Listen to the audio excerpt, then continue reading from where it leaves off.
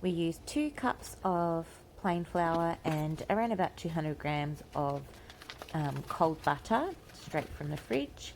Cut it up into cubes and pop in your flour and just leave a slight amount aside for lining your tin later.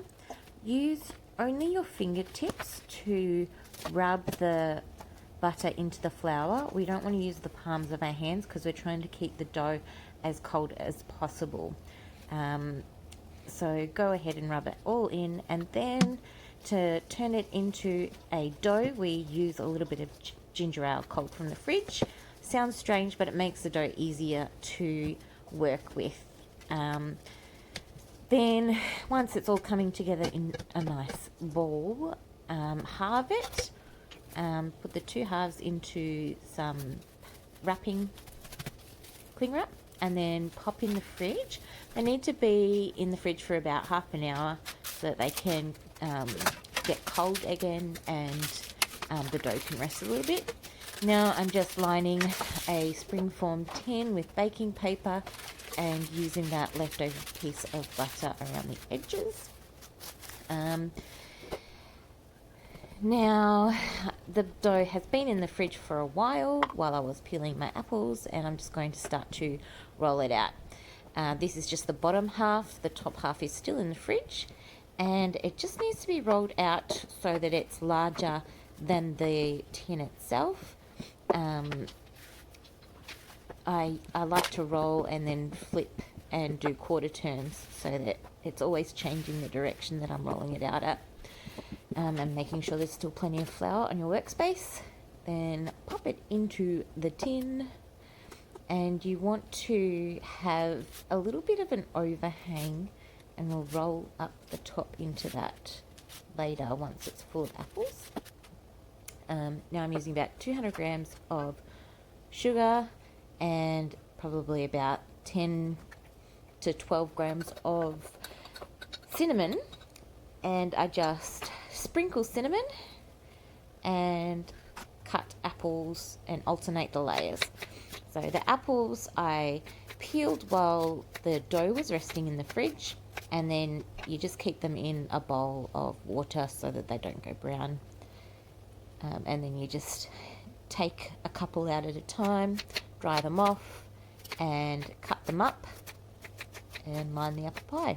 You want to try and make all the pieces nice and flat and fit together.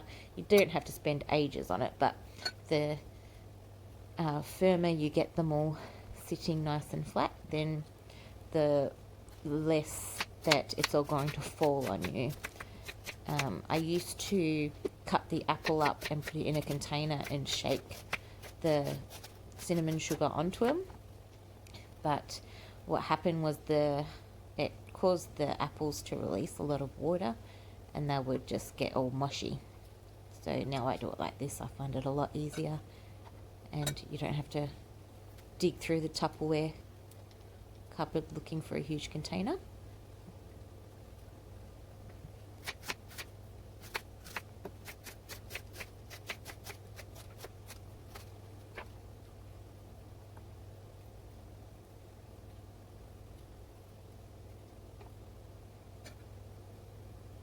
Maria gave me these apples. They're really good. They're fresh from her tree. We picked them the other day. Oh, and you can see a little piece of lemon floating around in the water too.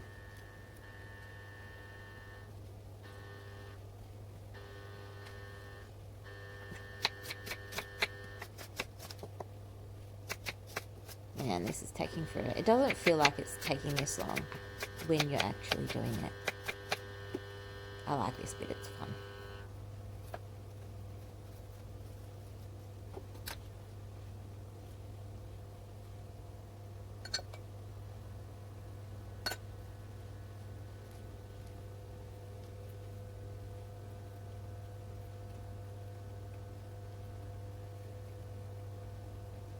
Oh good, we've skipped ahead. Alright, so all the apple is in, and now I'll take my other half of the dough out of the fridge, make sure I've got a nice dry workspace, and roll my dough out.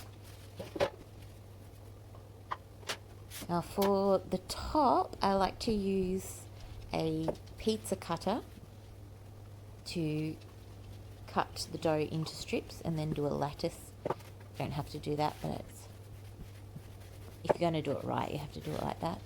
Just saying. Oh, need to get into the drawer.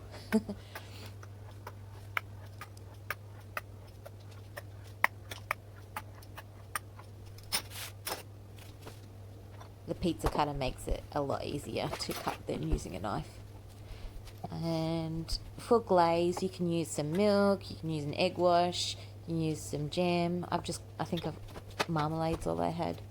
So you just water it down a little bit. Anything with a little bit of sugar and moisture, basically. I put it around the edge so that the top will stick to it.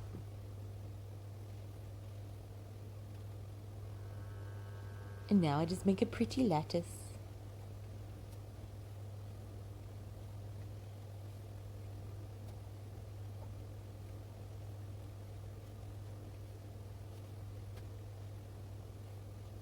This is my favourite part.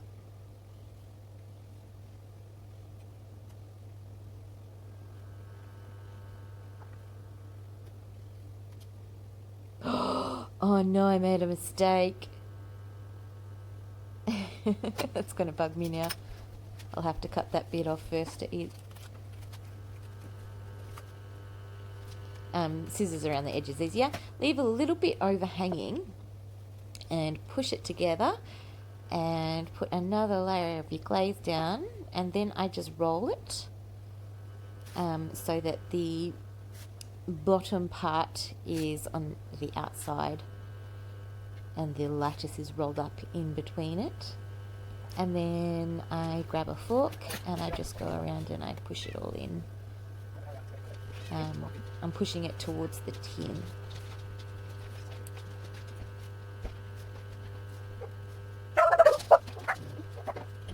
Just make it all connected nice and neatly. And then we put the glaze all over it so it comes a nice pretty gold colour. And pop in the oven. This one, you want to turn it around halfway through. I think we went for 180 degrees for about 55 minutes. And there it is, all finished. Thanks for watching.